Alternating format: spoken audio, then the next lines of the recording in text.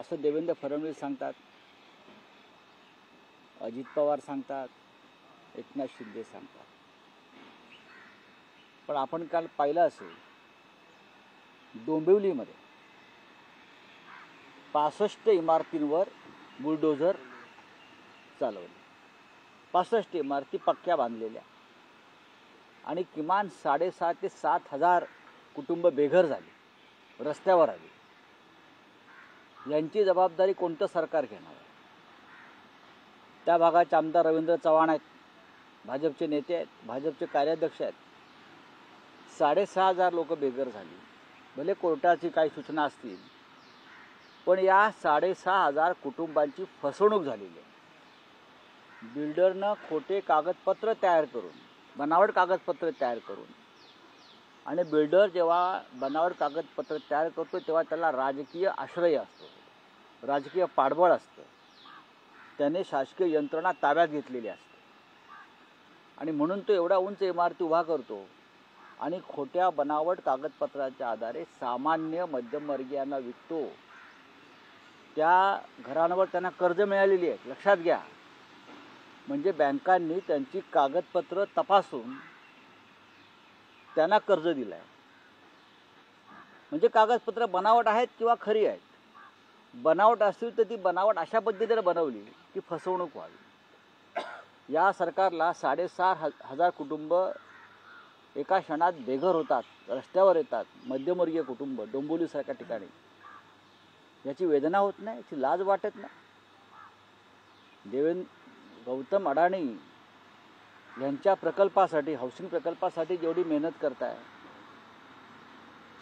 तेवढी मेहनत भाजप सरकारनं किंवा जे गृहनिर्माण मंत्री आहेत, मुख्यमंत्री, त्यांनी डोंबिवलीतल्या या 6,500-7,000 गरिबांवर जर मेहरबानी केली असती तर ही लोक बेघर आणि उद्ध्वस्त झाली नसती. रवींद्र चव्हाण पळून जात आहेत. त्या भागाचे आमदार रवींद्र पवार हे पलायन करत आहेत. जेव्हा त्यांच्याकडे हे लोक दाद मागायला जात आहेत तेव्हा त्यांना भेट देत नाहीत, पळून जात आहेत. हा काय प्रकार आहे? या 6,500 कुटुंब ही जवळजवळ आता मरण पावलेली आहे, रस्त्यावर आहेत. तुम्ही मस्साजोगच्या सरपंचाचा विषय घेताय, त्यांना गोळ्या मारून ठार केलं या सरकारनं आणि 6,500 कुटुंबांना बुलडोझर खाली चिरडून मारला आहे. डोंबिवलीच्या दोन्ही ठिकाणी मृत्यूच आहे, मरण आहे. 6,500 कुटुंबाच्या प्रकरणामध्ये कोण राजीनामा घेणार? जी कुटुंब बेघर झालेली आहेत. संतोष देशमुख प्रकरणामध्ये तुम्ही मुंड्यांचा राजीनामा मागताय. रवींद्र चव्हाण त्या भागाचे अनेक वर्ष आमदार आहेत. त्या भागाचे अनेक वर्ष आमदार रवींद्र चव्हाण आहेत ना, ते राजीनामा देणार आहेत का? जी 6,500 कुटुंब रस्त्यावर आली आहेत, बेघर झाली आहेत, उद्ध्वस्त झाली आहेत सर्वच बाबतीत. मग तुम्ही रवींद्र चव्हाण आणि त्या गेल्या अनेक वर्षातले तिकडले सत्ताधारी मंत्री त्यांचा राजीनामा घ्या ना.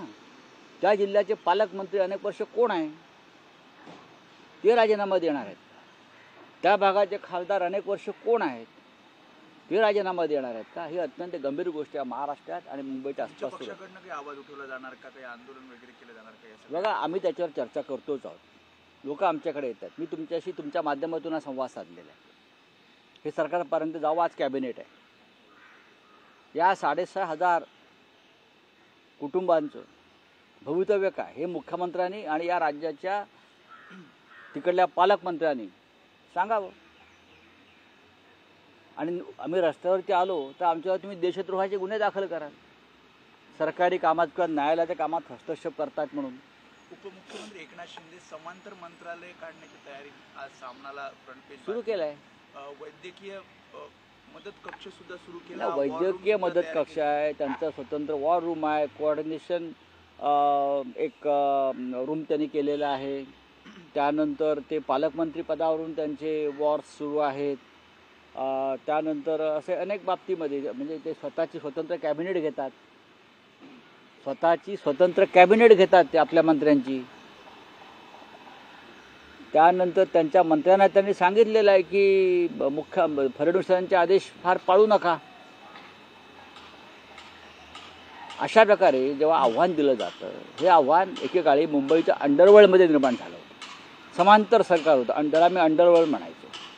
आता हे मंत्रालयामध्ये अंडरवर्ल्ड सुरू आहे ना, समांतर सरकार, पॅरलल गव्हर्नमेंट, हां, समांतर सरकार, प्रति सरकार हे जर सुरू असेल तर या राज्याची अवस्था ही अराजक, राजकीय अराजक निर्माण झाल्यासारखी आहे. मंत्रालयामध्ये राजकीय अराजक निर्माण झालेलं आहे. देवेंद्र फडणवीस हे खंबीर मुख्यमंत्री आहेत असं आम्ही मानतो. ते हे मोडून काढणार नसतील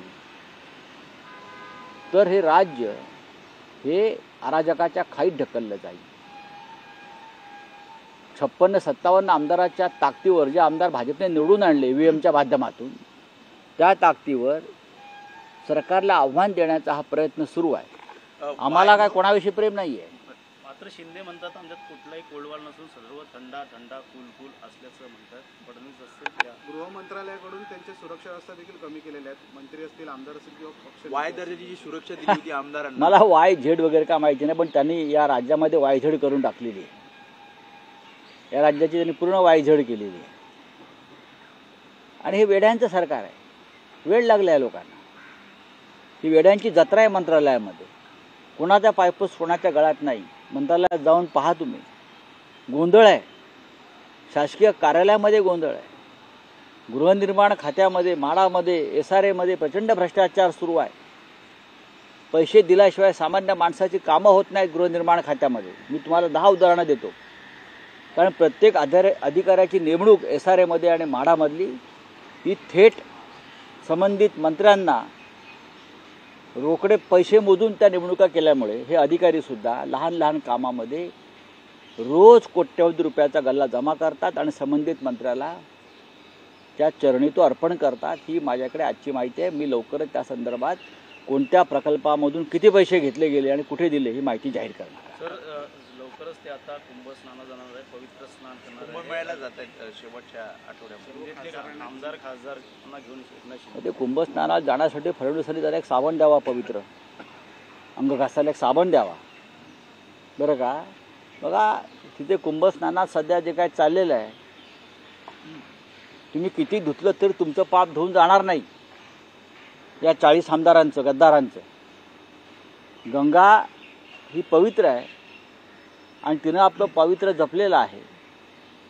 तिथे साधू संत आणि पुण्यात्मे जेव्हा जातात, सामान्य माणूस निष्पाप असतो तो जातो, तेव्हा त्याला ते पुण्य मिळतं. गद्दार, बेईमान, भ्रष्टाचारी जर त्यांना वाटत असेल की आम्ही जाऊ आणि आम्हाला पुण्य मिळेल, तर तसं नाही आहे. ते आम्हाला गंगेचा इतिहास माहिती आहे. मस्साजोगचे ग्रामस्थ आंदोलनाचा इशारा देत आहेत. त्यांचं म्हणणं की जे सह आरोपी आहेत किंवा जो अजून एक आरोपी पकडायचा आहे त्यांना तातडीनं पकडलं जावं आणि पोलिसांनी ज्यांनी या सगळ्यामध्ये मदत केली त्यांना सुद्धा. मस्साजोगच्या ग्रामस्थांचा आवाज कोणी ऐकणार नाही. हे सरकार मूक आणि बधीर झालेलं आहे. या सरकारला आणि मुख्यमंत्र्यांना कोणाला तरी वाचवायचं आहे. त्यांचा जो जुना मित्रपरिवार आहे भाजपा युवा मोर्चामधला, त्यांच्या सहकार्यांना वाचवायचं आहे. नैतिकतेच्या मुद्द्यावर त्यांनी राजीनामा ताबडतोब घ्यायला पाहिजे होता. नैतिकतेच्या मुद्द्यावर. आमच्या काळामध्ये मनोहर जोशी मुख्यमंत्री असताना नैतिकतेच्या मुद्द्यावरती आम्ही 3 मंत्र्यांना राजीनामे द्यायला लागलो. नैतिकतेच्या मुद्द्यावरती आम्ही संजय राठोडचा राजीनामा घेतला होता, ज्या त्यांच्या मंत्रिमंडळामध्ये आहे. पण नैतिकता स्वतःमध्ये असायला पाहिजे. बोलिए. सर, हम देख लीजिए चीफ इलेक्शन कमिश्नर की नियुक्ति हुई है देर रात 12 बजे से. होने तो अभी क्या करेंगे? कांग्रेस इस बात को आपत्ति ले रही है. नहीं, अभी मालूम नहीं. देखिए, अभी कांग्रेस राहुल गांधी जी उस कमेटी में है. राहुल गांधी जी ने अपनी बात रखी है, तो ज्ञानेश कुमार जी है. लेकिन एक बात तो सही है कि राजीव कुमार चले गए. जिसने इस देश का चुनाव का एक तमाशा बनाया था वो चले गए. लेकिन अभी ज्ञानेश कुमार जी ये तमाशा बंद करते हैं या और बड़ा तमाशा करते हैं, वो आने वाले दिनों में पता चलेगा. तो राजीव कुमार जी ने ये कहा है कि जो हार हुई है उसका टिप्पा इलेक्शन जो विरोधी है वो इलेक्शन पे ना दुपे, वो उनकी हार है, उन्होंने कौन इस चीज बताएगा? को मानना चाहिए. ये कौन बोलेंगे? राजीव कुमार जी को बोलो ये पॉलिटिकल बयान बंद करो. आपने जो नुकसान किया है देश का, आपको इतिहास माफ नहीं करेगा.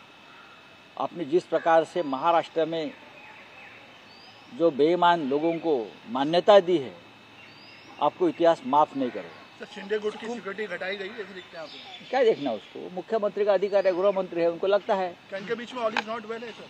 हाँ, मैं देखिए ऐसा है, ये लोग जो कहते हैं हमेशा शिंदे गुट वाले, क्या हम टाइगर हैं, हम डरते नहीं, और जो उद्धव ठाकरे वाली शिवसेना है वो खत्म हो गई, तो आपको डर किसका है?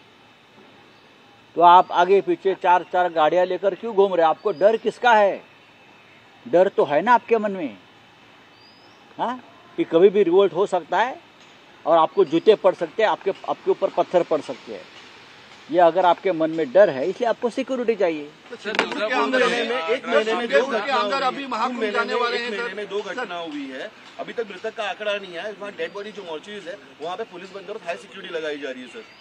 देखो, आंकड़ा छुपाया जा रहा है, चाहे दिल्ली रेलवे स्टेशन पर हुआ हादसा है या प्रयागराज वाला हादसा है। आज भी 6000 लोग लापता है कुंभ में। कहाँ गए, कहाँ गए, मुझे बताइए, बता सकते आप? सर तुळजापुर विधायक जो है महाकुंभ जाने वाले हैं।